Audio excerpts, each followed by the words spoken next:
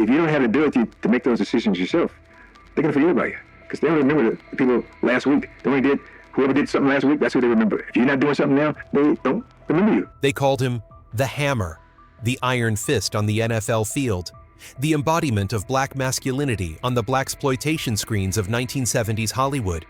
Fred Williamson once had it all: fame, money, power, and respect. But then, he suddenly disappeared. No headlines, no farewell, no final movie poster. One day, Hollywood simply had no place left for the Hammer. What happened? Was it a line crossed an inappropriate act with a female employee that destroyed his image? Or was it the very fame and spotlight that burned him from the inside out? The story you're about to hear is not just about one man. It's the silent tragedy of a generation of black legends. Men who broke down Hollywood's racial barriers only to be forgotten by the very history they helped create. Gary, Indiana, 1938. Smoke rose thick from the U.S. steel mills, turning the sky almost black. In a city where the sun barely shone a few hours a day, a baby boy was born. Frederick Robert Williamson, the only child of Frank and Lydia Williamson. His father was a welder working amid sparks and the deafening clang of steel. His mother Lydia labored at a textile factory, her hands rough and her eyes tired from endless worry. Fred grew up in the working-class neighborhoods of Gary, where the smell of oil, the shriek of factory whistles, and the cracked streets became the soundtrack of his childhood. In the 1940s, Gary was a city split by race. White children went to their own schools, while black kids were packed into worn-down classrooms with broken desks and crumbling playgrounds. Fred learned early that if he wanted a future, he'd have to fight for it. At Froebel High School, he ran track and played football. Each sprint was an escape from poverty, each tackle a way to fight back against the contempt in people's eyes. His coach once said, Fred didn't just want to win, he wanted people to remember his name. At 16, he carried a fire no one else could match, bold, confident, even a little arrogant. After graduating, Fred earned a sports scholarship to Northwestern University, one of the most prestigious schools in the Midwest. He started studying architectural engineering, hoping to please his father, a man who always said, engineering will last longer than football. But numbers and blueprints weren't enough for Fred. He craved the sound of the crowd, the impact of the hit, the sweat and adrenaline of the game. On the college field, Fred became something else, not just a player, but a warrior. One of his tackles could send opponents flying. That's when the nickname, the Hammer, was born. Fred Williamson wasn't forged in the light, he was forged in fire. And that same fire would carry him from the steel mills of Gary to the bright lights of the NFL and eventually into legend. The Hammer, from gridiron glory to the fall at Super Bowl. In 1960, after graduating from Northwestern University, Fred Williamson, the architecture student with broad shoulders and a defiant stare, signed his first professional contract with the Pittsburgh Steelers of the NFL. For most players, that would have been the dream. But for Fred, making it to the league wasn't enough dominating, it was the real goal. The 1960s NFL was still a white man's game. Black players were expected to stay quiet, not celebrate too loudly, and were easily replaced. But Fred, the kid from Gary, Indiana, didn't follow those rules. He played only one season in Pittsburgh, yet in every game he made sure fans remembered his name, not for scoring touchdowns, but for his brutal, precise forearm hits. When opposing receivers came his way, Fred would strike with a single devastating move, the Hammer. And from that moment, the nickname became his legend. In 1961, he moved to the Oakland Raiders of the American Football League, and there, Fred was truly unleashed. Playing cornerback, he was fast, sharp, and dangerous. Over 4 seasons, he recorded 25 interceptions, earned 3 straight AFL All-Star selections, 1961 to 1963, and became one of the most feared defenders in the game. Fans loved him, and the press called him the star who didn't need permission to shine. The Hammer at his peak. In 1965, Fred signed with the Kansas City Chiefs. Under the legendary coach Hank Stram, he helped lead the team to the 1966 AFL Championship, the biggest victory of his football career.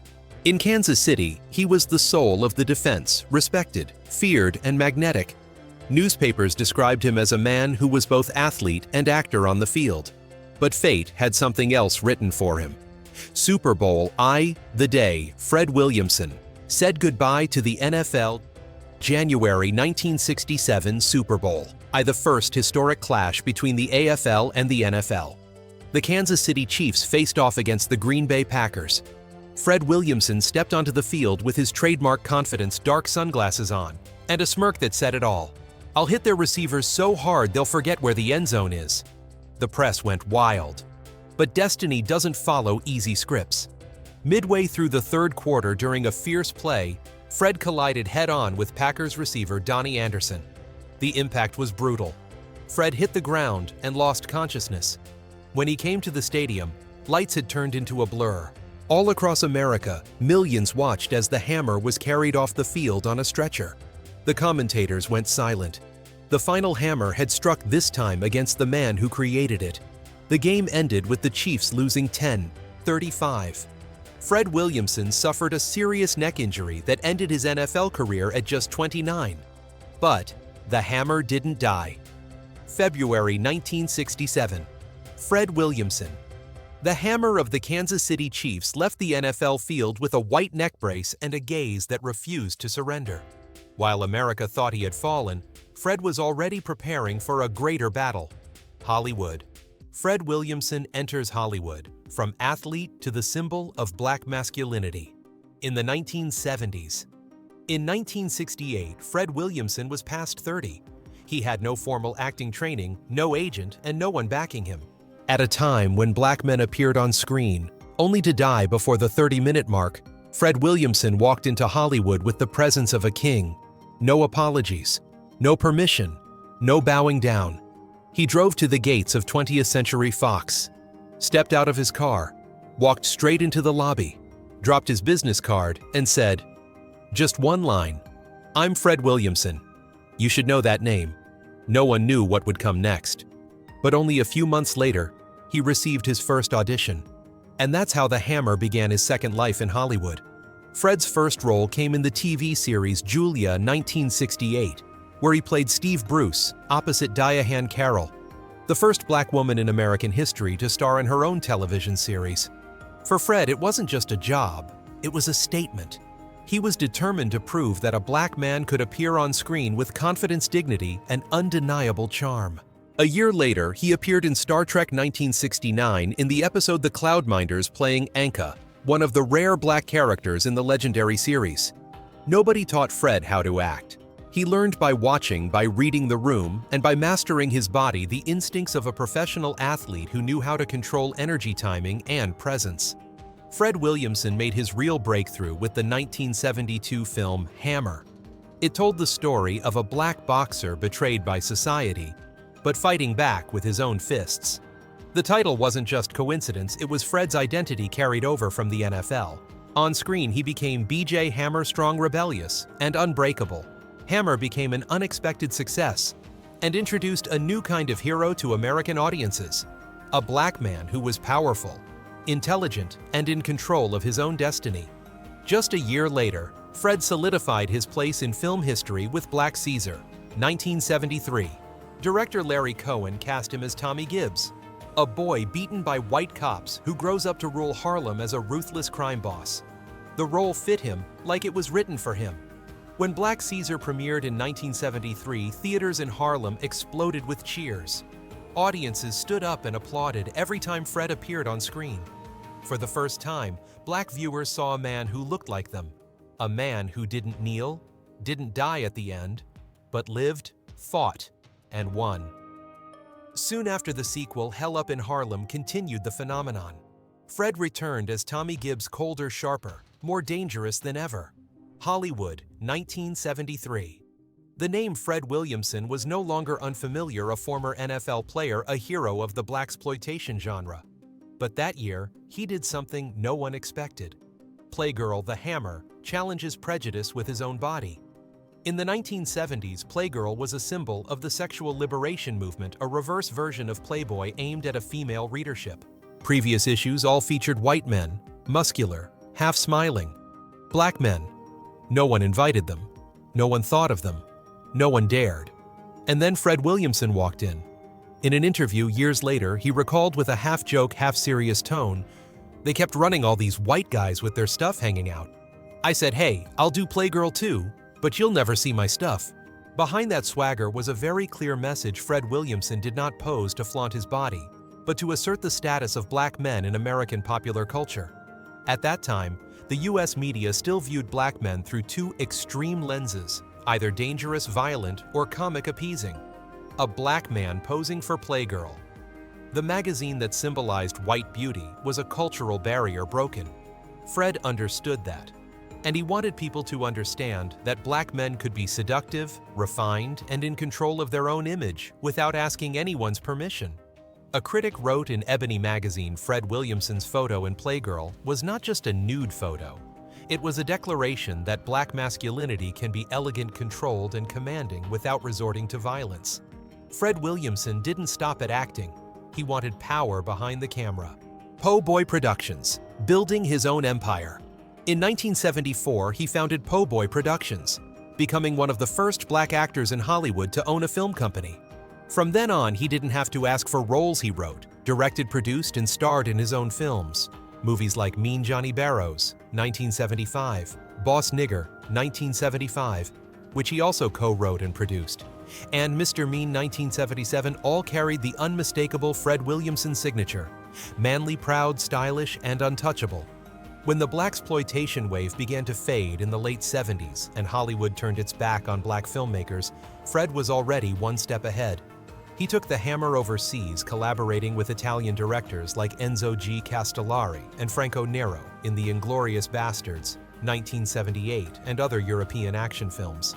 In an interview in Rome, he said with a grin, "If Hollywood closes the door, I'll open another. Wherever there's a camera, I'll be there."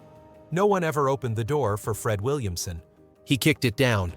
And from that moment on, the world had to remember the name, The Hammer. Fred Williamson once made Hollywood bow down.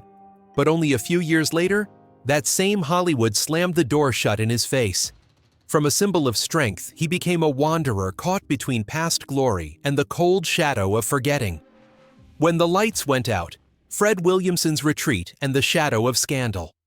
The 1970s came to an end. The colorful posters of Black Caesar, Hell Up in Harlem and Hammer, slowly disappeared from theater walls. Hollywood had changed its taste. The blaxploitation wave, the very movement that had made Fred Williamson the black action king, was now labeled outdated, violent, even culturally dangerous. Major studios turned their backs.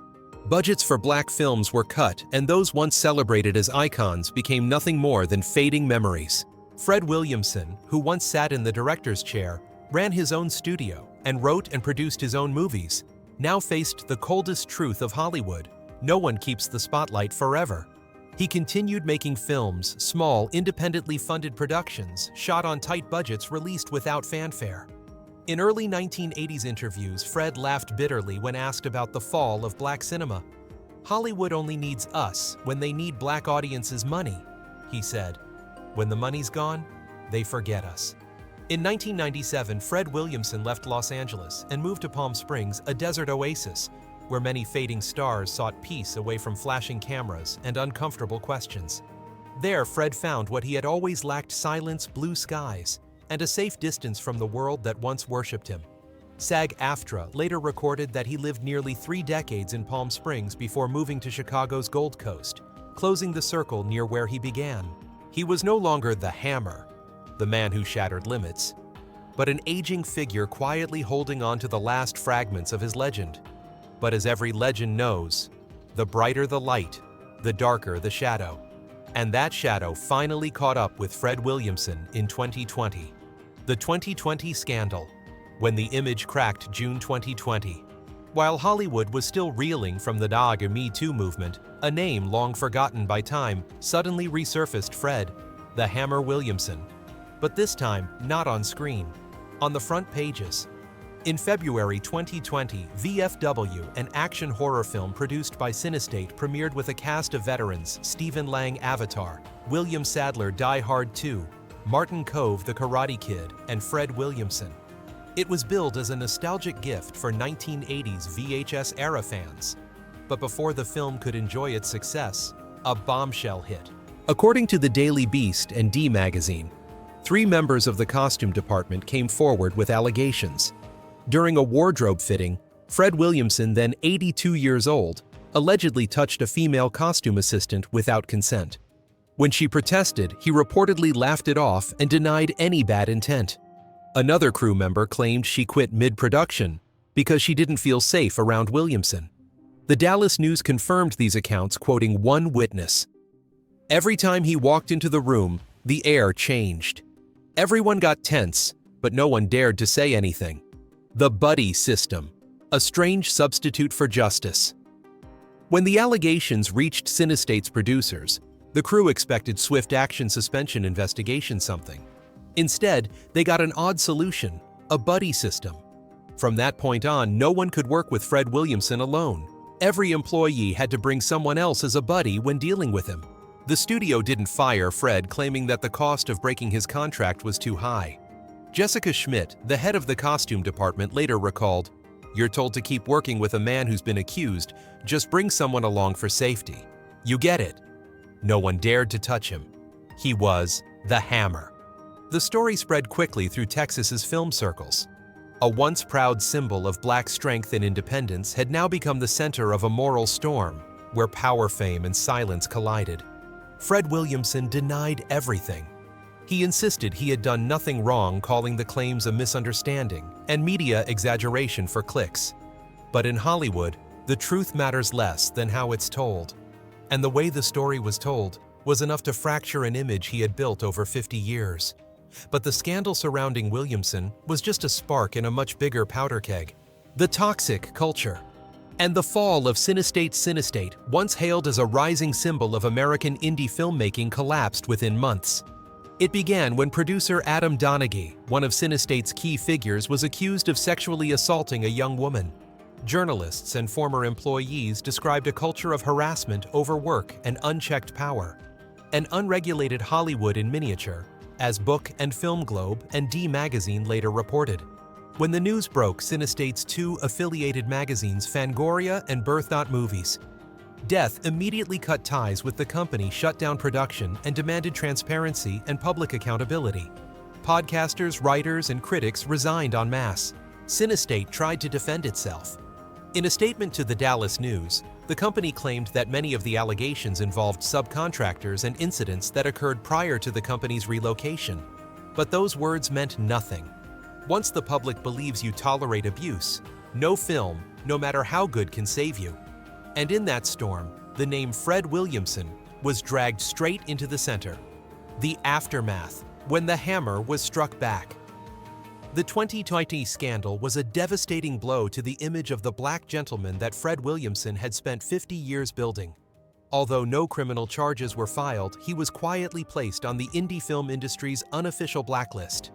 When contacted by reporters, Williamson responded briefly, almost casually, "I'm sorry if anyone felt something inappropriate happened, but it didn't come from me." The public reaction was split. Some critics and colleagues still respected Williamson, the pioneer who opened doors for independent Black actors, the man who once shattered Hollywood's color barrier. Others argued that his downfall was poetic justice, that the very persona he had created, the hyper-masculine, dominant, untouchable man, was also the seed of his alleged misconduct. Fred Williamson, they said, had become a victim of the myth he built.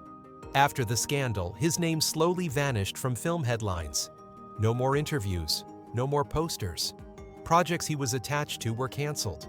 Indie directors avoided him, fearing that even one Fred Williamson credit could make investors pull out. The same outlets that once hailed him as an icon of Black masculinity now mentioned him only in nostalgic retrospectives on Blaxploitation as a closed chapter in cinema history. Hollywood has a short memory, but it forgets permanently. If Hollywood turned its back behind the doors of his Palm Springs home, Fred Williamson still had another world, quieter, smaller, and more private. There he was no longer the hammer, but simply Fred, a husband, a father, a man trying to hold on to what warmth remained in his later years. Marriage and family, the women behind the legend. Few people know that before he became an action star, Fred Williamson had lived the ordinary life of a husband.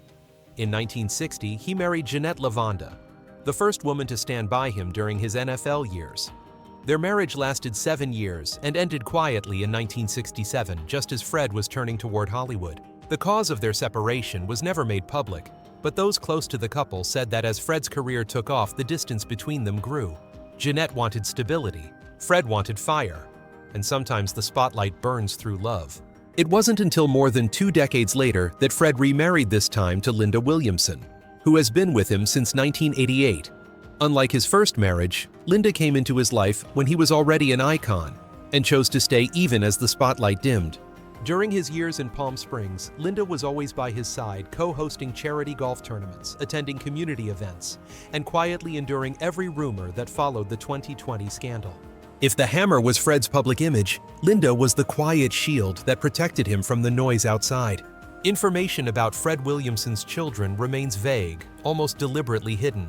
Some records say he has 3 children, others claim 6, but no one can say for sure. Fred has never confirmed it, never shared family photos. Perhaps after a lifetime lived under the camera's glare, his greatest treasure was privacy. After all the noise Fred chose to keep for himself, what truly mattered: his home, his wife, his children, and his memories. Public image, the gentleman in the shadows. Even after the Hollywood lights faded, Fred never abandoned his signature poise. It wasn't by accident that people called him the Gentleman Hammer.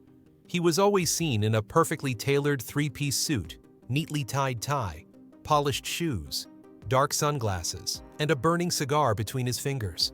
It wasn't just fashion, it was a statement of identity. In a 1990s interview, he once said, "If you can't control how you look, how can you control your life?" From the tough black guy of the 1970s, Fred Williamson reinvented himself as the archetype of the black gentleman, a symbol of quiet confidence, power, and self-made success. During a time when Hollywood still portrayed black men through violence or chaos, Fred appeared in crisp white suits, calm and composed, using style as his subtlest form of rebellion. He didn't need to shout, "I'm equal." He simply dressed, walked, and spoke like a man who didn't need permission. Past 70, Fred Williamson maintained an active, elegant lifestyle. He became a familiar face at charity golf tournaments across Palm Springs and the Coachella Valley gatherings, filled with former NFL players, actors, and entrepreneurs. His annual event, the Fred the Hammer Williamson Celebrity Golf Classic, raised funds for organizations like the Wounded Warrior Project and the United Negro College Fund. For him, it was both leisure and legacy. As he once said, "I might have left Hollywood, but I never stepped out of the light." Beyond golf, Fred traveled widely and attended retro film festivals celebrating the blaxploitation era, the very movement he once embodied. He would join panels, reminisce about his glory days, reunite with old colleagues, then quietly leave. No social media, no drama, no scandals. Despite his private lifestyle, Fred remained active in his community. In Palm Springs, he participated in local fundraisers and youth programs, supporting black education and veterans. For him, it wasn't just charity, it was repayment, a way to give the next generation what he had fought for: opportunity, dignity, and pride. Fred Williamson never chased social media fame, never staged PR comebacks, and never wrote a tell-all memoir. His silence wasn't fear, it was another form of power, wealth, and legacy, the unbroken icon. According to Celebrity Net Worth, Fred Williamson's fortune is estimated at around $15 million, not a massive number by Hollywood standards, but for a black man who started in the NFL during an era when Hollywood doors were all but closed to him, it's extraordinary. For over a decade, Fred was not only one of the most recognizable black actors in Hollywood, but also a trailblazing businessman, among the first African-American filmmakers to own production rights to his own work. Fred didn't live extravagantly, but he lived with style. To him, real wealth wasn't about luxury. It was about freedom, the power to do what he wanted, make the films he believed in, appear when he chose, and disappear when he pleased. He paved the way for an entire generation of black stars who followed, from Wesley Snipes to Denzel Washington to Samuel L. Jackson.